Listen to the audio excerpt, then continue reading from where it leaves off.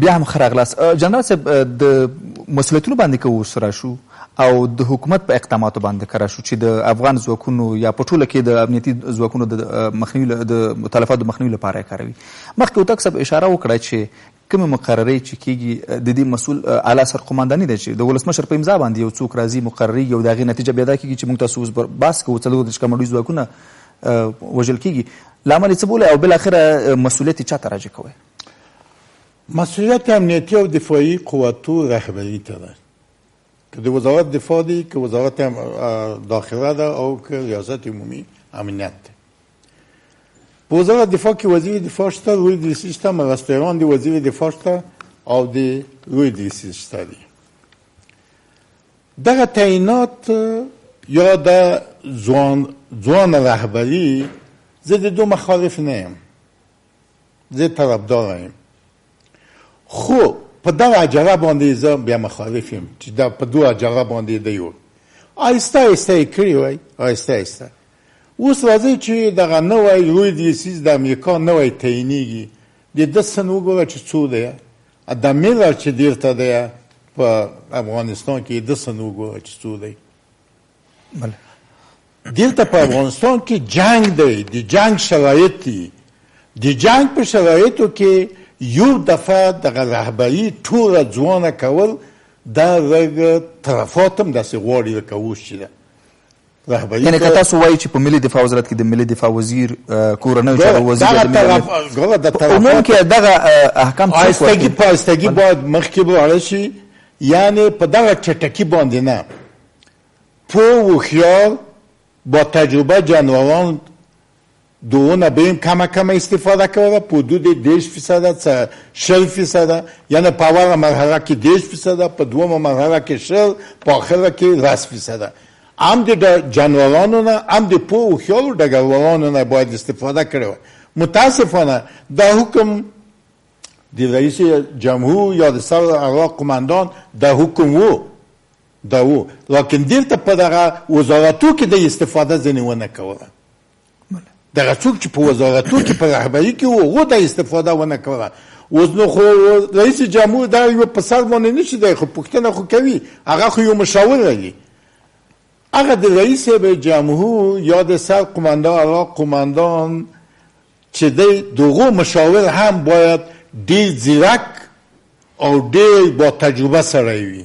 فکر کوئ چې په اعلی سرقمنداني کې کله په دې باندې مو فکر به شوی وي چې هره ورځ دومره ځوانان مري دا رئیس شورا د مسؤلیت هغه به اوس به جسد راکړي وي. زه ډاکټر صاحب محب پوهېږم چې اوس د وخت جسد راکړي، رئیس جمهور هدایت ورکړی دی او اوس نیمګړتیاوې په ګوته کړي دي چې چیرې نه واقع خو یوازې یوه پېښه خو نه ده جنرال صاحب، یوازې یوه پېښه نه ده، دا خو مونږ هغه پېښه چې کېږي. زه د اوس د ناتو د قماندان د جنرال میلر نه دا پوښتنه کوم چې په دغو د سوال درته ورکوم، د ما سوال ته د ځواب ووایي چې په د ابکمري کې چې د ما د کمبودیانو ته اسیران شول محاصره شول، تا کمک وکړو که نه؟ تا نه کمک وغوښتو که نه؟ د وزارت دفاع که کمک دسته غوښتې ولې دې کمک ونه کړو؟ په د اساس وکړو وروره ما 40 نفره شهیدان ورکړي دي، 40 ګلان مې درلاسه ورکړي، 40 کوره مې په غیب کې کېنولي دي او 19 ما اسیران دي. تا کمک وکړو که نه؟ تا هوایي کمک وکړو که نه؟ تا د کشف کمک وکړو که نه؟ تا اکمالات ورسول که نه؟ چې ودې نه رسول ولې؟ یوه پوښتنه جنرال صاحب چې تاسو په هوایي ځواک کې تجربه لرئ، د ځواکونو د تلفاتو مخنیوي لپاره له هوایي ځواک نه څومره کار اخیستل کېږي؟ په داسې شرایطو کې د هوایي هم دسانت کوي، هم ضربه واردوي، هم تخلیه کوي، هم اکمالات کوي. یعنې مؤثره ده هوایي ځواک. بله ګوره د هوایي وظیفه هم دسانت، هم اکمالات، هم ضربه واردول، هم تخلیه، دا د هوایي وظیفه ده. دا اوس د پلانې هوایي دی که تاسو هر رقم ورته ګورئ، په هره سترګه ورته ګورئ، دغه افغانان ورته ګوري، دا اوس دغه هوایي دی دا کولی شي چې هم دسانت کولی شي، هم اکمالات کولی شي، هم تخلیه کولی شي، هم ضربه واردولی شي، ولې کار نه اخیستل کېږي؟ له دغو وسایلو نه فکر کوئ چې داسې اغېزمن کار اخیستل کېږي چې موږ دغه زه چې په دغه کې ګورم صحیح استفاده نه ده ځینې کړې، او زه چې دغو تلفاتو ته ګورم ولې ناتو کمک نه دی کړی؟ ما سوال دا دی ولې دی کمک نه دی کړی؟ ګوره زه طالبانو ته کومک هم وایم چې راځي غوښتلو مسله بله چې ناټو نه کومک غوښتل شوی دی او که نه غوښتل شوی دی که نه دا اوس معلومه نه ده زه طالبانو ته وایم چې ورانو آخر سوریې ته راځئ د دې بلو وژنې نظارګۍ بس کړو راځئ یو وربند خواته ولاړ شو آخر کنده نه وي سبا خو سوریې ته راځو سبا خو به دغه ته په دې دولت کې سره کینو په دې وطن کې خو به کینو خو ځواب دې کونډو ته د یتیمانو ته به څه رقم ځواب ووایو دا ډېره مشکله ده ځواب ویل او دا د بېرحمي نه هم تاسې استفاده مه کوئ چې د موږ تنکي ځوانان ټول تاسې شهیدان کړئ او د تاسې 900 نفره خوشي کړ دا اوس هم راګیا دي چې نور هم خوشي کوي یو ورځ بل هم په بل ورځ باندې یو کمیسیون کار کوي چې نور هم خوشي کوي بله او تاسې ورته دا ونیول بیچارهګان د مسؤلیت د رفع کېدو په برخه کې فکر کوي چې یوازې په دې باندې مسؤلیت ادا کېږي چې ولسمشر کینی ووایي چې په تېرو 5 کلونو کې مثلا تر 40,000 ډېر امنیتي ځواکونه تلفات ورکړي دي مسؤلیت په همدې باندې رفع کېږي چې یوازې ارقام ورکړي ته د ولسمشر مسؤلیت نه دی دلته شورای امنیت مسؤلیت دی دلته وزارت دفاع مسؤلیت دی دلته د وزیر مسؤلیت دی دلته د مرستیان مسؤلیت دی دلته د روی دیسیز مسؤلیت دی دلته د قماندان قرودو مسؤلیت دی قماندان د روا مسؤلیت دی بالاخره قماندان کندک ته راځي خو ولسمشر خو دغه باید له هغه چا نه پوښتنه لکه مثلا یو ګزارش ما لیده چې د نیویورک ټایمز ورځپاڼې ته یو عسکر وایي د ملي اردو چې موږ لکه میږي وژل کېږو او موږ همیشه له تهدید سره مخامخ کېږو دې عسکر ته څوک جواب ورکړي دې عسکر ته قماندان د ټوري قماندان د بلوکي قماندان د کندک له دوی نه خو مې څوک چې پوښتنه وکړي قماندان د ټوري د قماندان د بلوک نه قماندان د ټوري پوښتنه وکړي قماندان ټوري نه قماندان د کندک د قماندان د کندک قماندان د اصلي ستونزه دا ده جنرال صاحب چې همیشه موږ جنازې پورته کوو همیشه لپاره یو افسوس ښکاره کېږي ولسمشر هم چې د چا جنازې ته مټ ورکړي او یوازې هم دومره ووایي چې غمرازي ښکاره کړي ولې په دې باندې په دې 5 کلونو کې فکر ونه شو چې ولې په غمازي باندې نه کېږي په تدابیر باندې کېږي تدابیر او په سالمه پلانګذاري باندې کېږي دا مسؤلین دې اوس فکر وکړي چې چېرې سالمه پلانګذاري نه وه زموږ اشتباه چېرې وه هغه چا چې پلانګذاري کړی هغه مسلکي دی که نه دا زه اشاره کوم د ما خبرې ښې او نظامیان بیا د ما په خبرو ښه پوهېږي د نظامیان دغه پلانګذاري چې کړې ده دغه سړی مسلکي دی که نه دا د ما دوی ته اشاره ده دی بیا ښه پوهېږي په دې باندې چې دا مسلکي و که نه د پلانګذاري چې کړې وه چې موږ به دې ته دسانت وکوو بیا یې دا نور ورته سنجوي و که نه چې دا دسانت څه موږ کومک کولی شو دا تخیه کولی شو کومک ورسولی شو ځمکنی هوایي دا کولی شو د کشف تحریر شته دي دا دی پلانګذاري په د پلان کې راوستلي دي که نه او بیا که موږ ونه شو که توان وکړو د دوستانو نه موږ کومک غوښتی شو دوستان موږ سره کومک کولی شي که نه آیا دا په پلان کې و که نه مننه جنرال صاحب بیا هم په حل لارو کې تاسو ته راوګرځو قطره صاحب د حکومت په اقداماتو کې یو څه چې ما ولیدل د دوی د امنیتي ځواکونو د تلفاتو د مخنیوي لپاره کومه ستراتیژي چې دوی لري یو خبره پکې دا شوې ده چې د لرو پرتو سیمو څخه پوستې لرې کوي د پوستو شمیر راکموي بالاخره یو واحد مرکز جوړوي دغه پلانګذاري د امنیتي ځواکونو د تلفاتو کمولو لپاره آیا مؤثره ده خب جمع کردن پوسته هایی که مثلا 5 نفر 10 نفر در یک اراضی دورتر اینا انداخته میشن و در موقع ضرورت برشان پیدا میشه برای از اینا کمک نمیرسه اینا را به شکل گارنیزون جمع کردنشان که بتوانند از خود دفاع بکنن که این منطق خود از لحاظ نظامی داره اما مشکلات دیگری را که داره جغرافیای بیشتر و اراضی بیشتر را در کنترل دشمن قرار میدن دشمن از موقعیت‌هایی را که هر قدر دولت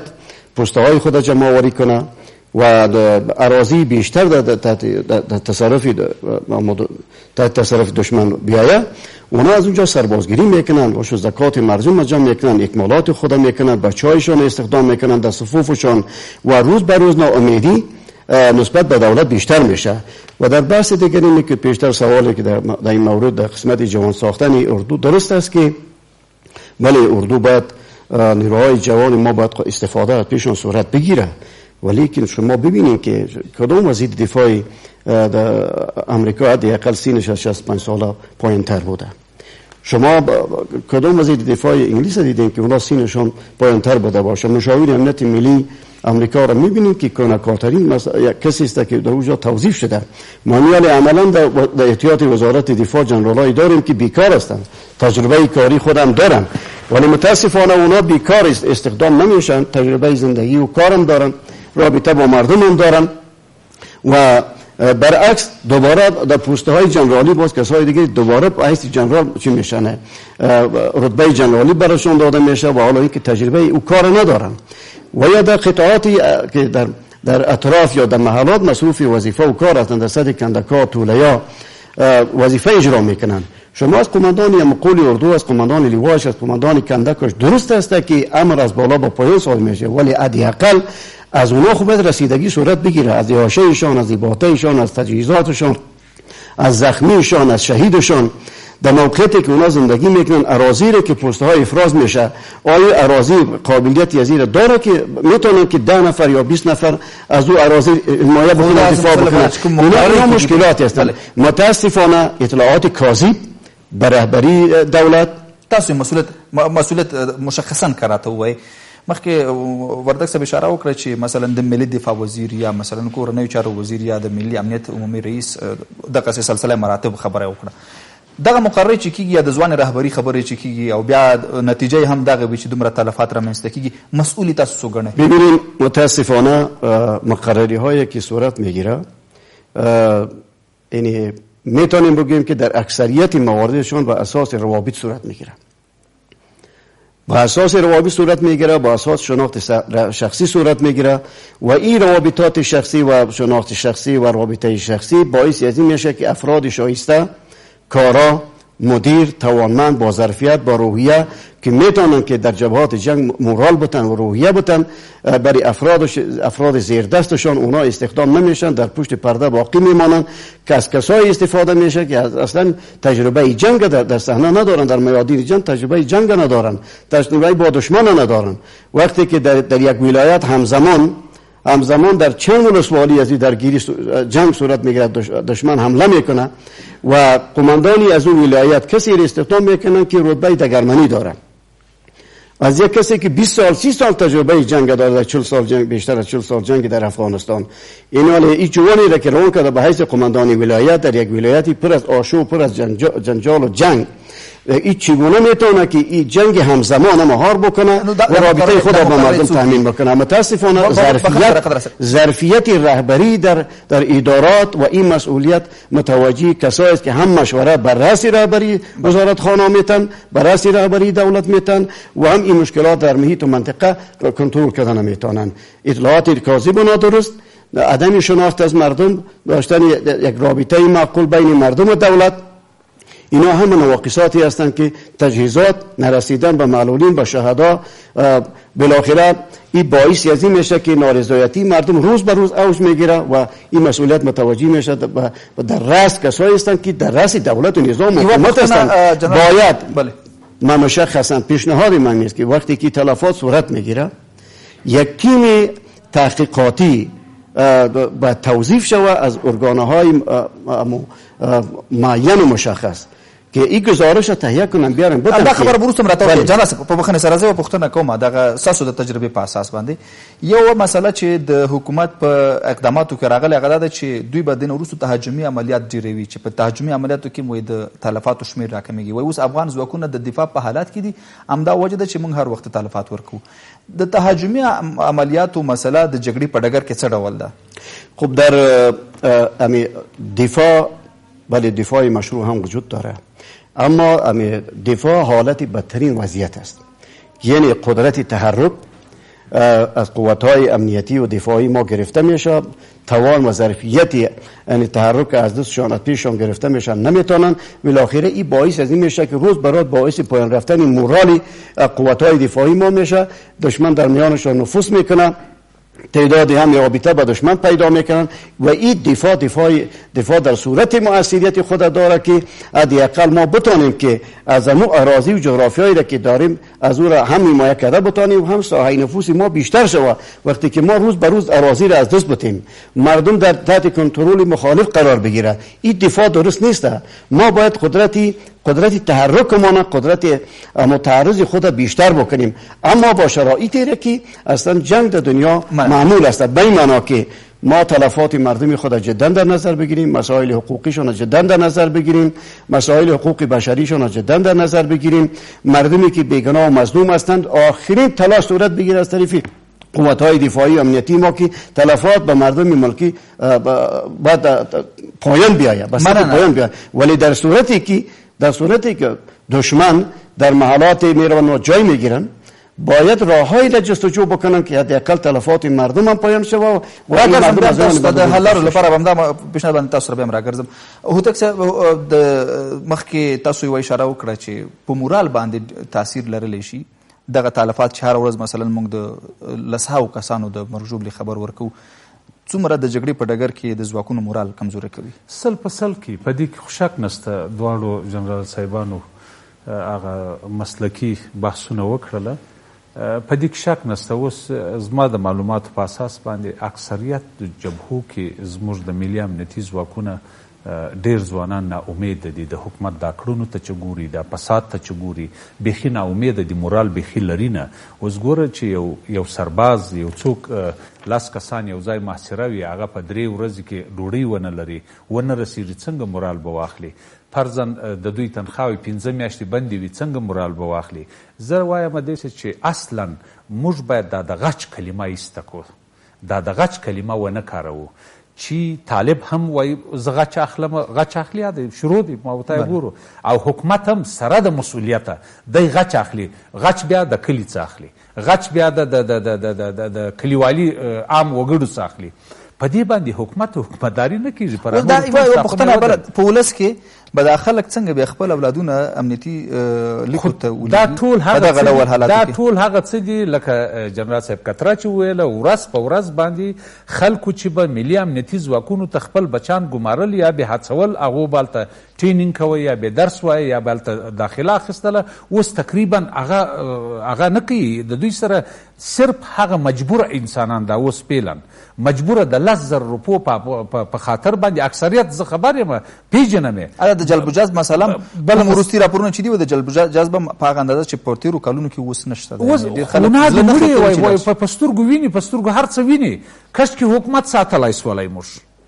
کشکې بل چا ساتلی سولی موږ، کشکې هغه 10,000 افغانۍ پر وخت رسېدلی سولی، کشکې هغه خوراکي مواد رسېدلی سولی. دلته ګورې چې یو صاحب مقرر کې نن په یو ساده کرولا کې ناستی، 2 میاشتې بعد چې ووینې بیا یو بنګله رانیولي، بیا په زرې موټر کې ناستي، بیا څنګه ټول مسله. زه وایم چې دغه حکومت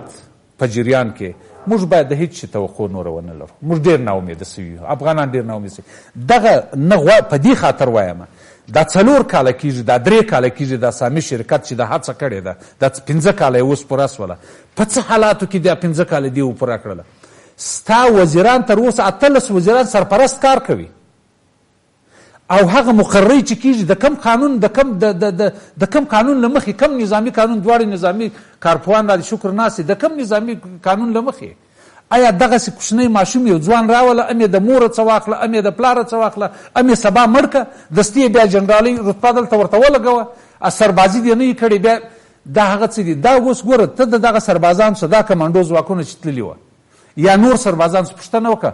څو ورځې دې په جبهه کې په مبارزه کې تېرې کړي دي، په جنګ کې دي څو ضربې اورېدلي دي تر اوسه؟ داسې انسانان شته، داسې کسان شته چې ټک یې په خوب هم نه دی لیدلی، خو هلته چې ضربه ورته وکړې هغه ټول بدن یې کپ واخلي. دا اول د واره دی چې هلته یې ورولي. زه وایم د حکومت څخه خواهش مو دا ده، هیله مو دا ده چې نور دا د غچ کلمه پرېږدئ، هغه څه کم ځایونه چې په لاس کې دي هلته دفاع وکړئ. تاسې هېڅ نسئ کولی. په دې معنی د یو مخالف دپاره، د 5 کسو مخالفینو دپاره په کم اصول او قانون تا ته اجازه درکړي چې ته خپل عام وګړي باندې بومان اچوې؟ هلته د داشکې مرمۍ هم کار کوي، هلته د زیکویک مرمۍ هم کار کوي، او ته د هغه د 40 کیلو وزن والا باندې ورخطا کوي. دا ټول هغه څه دي چې نه مدیریت. خو دفاعي حالات خو هغه دی چې زموږ ستاسو د امنیتي ځواکونو دغه د مرګ ژوبلې کچه ورسره لوړه ده، تر څو چې وایي تهاجمي عملیات نشي، او دلته خپله د افغان ځواکونو مورال لدی تهاجمي عملیات دغه شوار په دا 15 کاله کې تا کومه لاسته راوړنه، څو ناراضي د دې ملک ته په خپل کنټرول کې لرې؟ دا حکومت څو ناراضي لرې؟ څو ولسوالۍ ستا په لاس کې دي د ولایتو څخه 1 کیلومتر اخواته تلای سې د ولسوالۍ څخه بعضې ولسوالۍ خو 15 ولسوالۍ چې ماته شمیر معلوم دی خو بیخي نسته دا چې ولسوالۍ فرضاً د کندوز د پلانې ولسوالۍ نومان بیا نه اخلم صرف تعمیر دغه اوس حکومت خو په هر صورت زه وایم چې دغه حکومت په دا ځان نه اصلاح کوي ولې هغه حکومت اصلاح کوي ځان چې هغه وګوري سترګې یې کار وکړي او واوري غوږونه یې کار وکړي او زما او ستا پر وینه باندې زړه وسوځېږي حکومت باید مسؤلیت پذیره وي مسؤلیت ولري دغه افغانان چې په هغه لوري کې خو افغانان وژل کېږي دا ځوانان د طالبان دا خو ځوانان د افغانان دي وژل کېږي خو داسې لار دې غوره کړي چې دا د غچ کلمه نه وي او دغه لکه و چې جنرال صاحب قهرمان وویله خواست مو وکړئ چې او طالب وروره بس ته په لیاز دغه ځوانان ستا دي تم خپل ځوانان وژنې هغه هم د افغانانو بچیان دي دغه هم د افغانانو بچیان دي سبا خو اشرف غني به بستره ګول من ستاسو پیشنهادونو ته بیا هم راګرځم باز به راجمبندي کو بالاخره په د تلفاتو په مخنیوي باندې کېدای شي چې حکمت صاحب ته هم ورشو چې باز په جمبندي کې را سره ووایي حکمت صاحب بالاخره د افغان ځواکونو په تلفاتو باندې چې په دې میز کې کوم بحث وشه نظر مو څه ده چې څنګه مخنیوی کولی شو ډېر لنډ راته ووایي د تلفاتو د مخنیوي دپاره باید غچ اخیستنه د حکومت د لوري څخه او د مخالفینو د لوري څخه ودرېږي زه به تاسو ته یو ساده بیلګه ووایم چې څېړنه هم پکار لري کوم وخت چې د خلج په کلي کې د ګیزو د ولسوالۍ د روزګان په ولایت کې 40 ملکیان شهیدان شول نن یا پرون د ستا په آب کمري د بادغیس کې 40 ځوانان تنکي ځوانان درته وژل دا غچ اخیستنه ده دواړه لوري باید منطق په کار واچوي تاسو د سیګار د نن ورځې راپور ووینئ چې زموږ 80% برق د نورو هیوادو څخه دی او موږ د درو میاشتو د پیسو ورکولو قدرت نه لرو دغسې یو حکومت ته پکار ده چې 80% خپل کار د صلح په پروسه کې داخل کړي او د نظامي لوري څخه فقط دفاعي حالت واخلي مخالفینو ته مې وینا دا ده چې تاسو سبا راځئ زموږ د کلي کور سره په مسجد کې لمونځ راسره کوئ د خدای قرآن روی ته وګورئ یو بل مسره وژني پرېږدي د صلح پروسې ته چې هغه مخې ته ولاړ شي بغیر له دې څخه هر ورځ به مو جنازې هر ورځ به مو تلفات لاسته راوړنه به یو لوري هم ونه ډېره مننه حکمت صاحب جنرال صاحب یوه جمله وخت لرو د مخنیوي لپاره ستاسو پیشنهاد هم اورو چې څه باید وشي زه د حکمت صاحب خبره تاییدوم د غچ اخیستنو نه باید موږ تېر شو که موږ که طالبي راځئ د یو اوربان د خواته به ورشو چې د غچ اخیستنه بس شي نو یو که بیا هم دلته یو استخباراتي جنګ دی د منطقې او همسایگان هم نه پرېږدي په دې جنګ کې موږ داخل د لعنتي جنګ دی او هغه به شدت پیدا کوي خو زه وزارت دفاع او امنیتي او دفاعي قوتو ته وایم رهبري ته یې وایم چې پلانونه باید سنجیده وکړي سنجیده فکر په وکوي د هر اړخ نه هم د استخباراتي د اړخ نه هم د نظامي هم د لوجستیکي هم د اکمال هم د تخلیه هم د کشف د ټول باید وسنجوي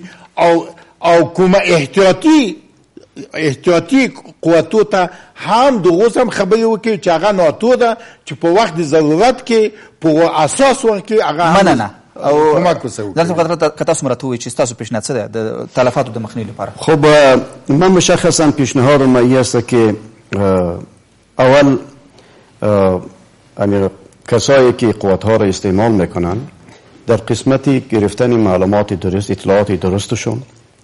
ایره درست بسنجن پلان عملیشان را درست سنجش بکنن مرکز هماهنگیشان درست اطلاعات جمع بندی بکنن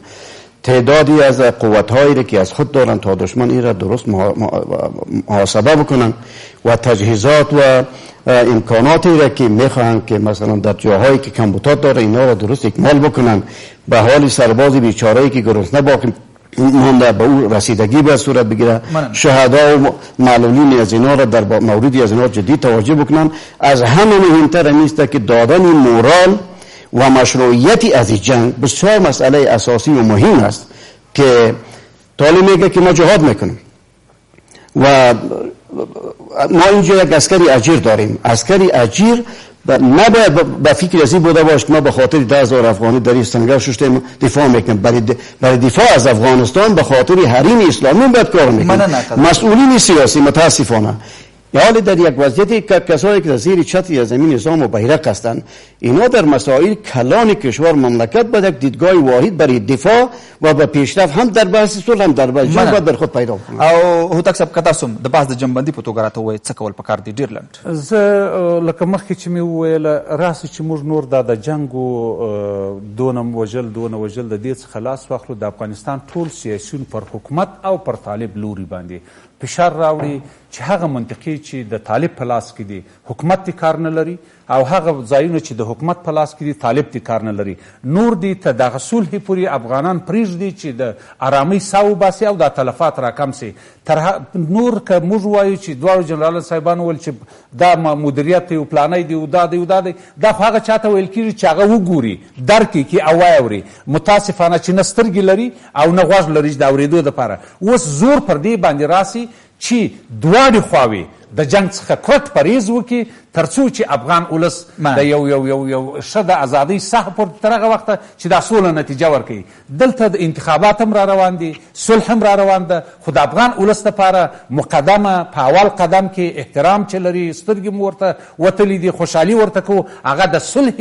شعار دی نه انتخابات. او حکومت باندې فشار اچول ټول سیاسیون په یوه غږ باندې چې د خدای روی دي نور د غچ کلمه پرېږدئ. غچ لکه حکمت صاحب چې وویله ما چې وویله د ګیزو د بل ورځ دې څه وکړله نن یې څه وکړله نور افغانان تباه کېږي. موږ باید د هغه سړو مغزو څخه کار واخلو. هره منطقه چې زما په لاس کې د هغه دې زما وي که د بل په لاس کې د بل. کور مدان جلاله په موضوع را سره بحث وکړو. له حکمت صاحب څخه ډېره مننه چې موږ سره په سکایپ کې تر دې دمه او ګران لیدونکو له تاسو ډېره مننه چې تر دې دمه زموږ د بحث ملتیا کوله. تر بیا مو الله مل شه.